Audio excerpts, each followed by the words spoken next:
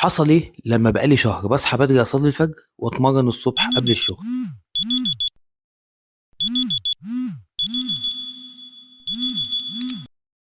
أولًا إنتاجية اليوم اتغيّرت تمامًا، بقيت باحس إن ساعات اليوم فيها بركة، اليوم كإنه بقى 48 أو حتى 72 ساعة. أنا باصحى قبل الgym بساعتين ونُص، بابقى عندي وقت أتعلّم معلومة جديدة أو أمنتج فيديو جديد، وأثناء ده بافطر وجبة قبل التمرين، وبعد كده بانزل الgym.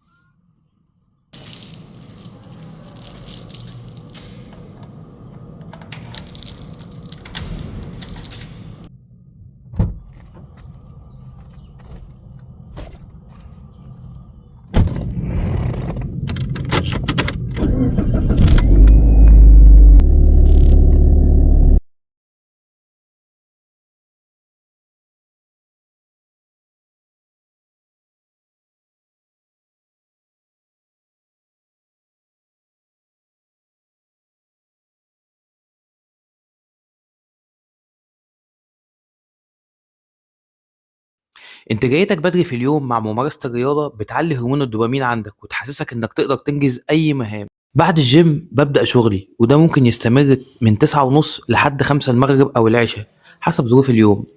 الفكرة قبل كده لمّا كنت باصحى على الشغل على طول، كنت طول اليوم باحس بإرهاق وإني عاوز أنام، دلوقتي العكس تمامًا. ثانيًا لمّا باتمرن الصبح بيبقى معايا باقي اليوم بعد الشغل، لو حبيت أروح مشوار تبع الشغل أو مشوار شخصي، ما فيش قلق من إني أفوّت التمرين. غير كمان أنا باخلّي جزء الكارديو بالليل لإنه مش بيحتاج مجهود زي الgym، فحتى لو مفرهد طول اليوم هاقدر أعمله. أخيرًا بيبقى عندي بالليل قبل النوم أكتر من 3 ساعات لو عاوز أقضيهم مع أهل بيتي وكمان أكمل مذاكرة أو مونتاج. النقطة المهمة إن الصحيان بدري زي ما ربنا خلقنا وحثّنا على كده في القرآن، بيخلّيك لمّا تحط مهام ليومك بتقدر تنفذها، وتلاقي كمان وقت كويس تقدر تستمتع بيه برّه الشغل والمذاكرة.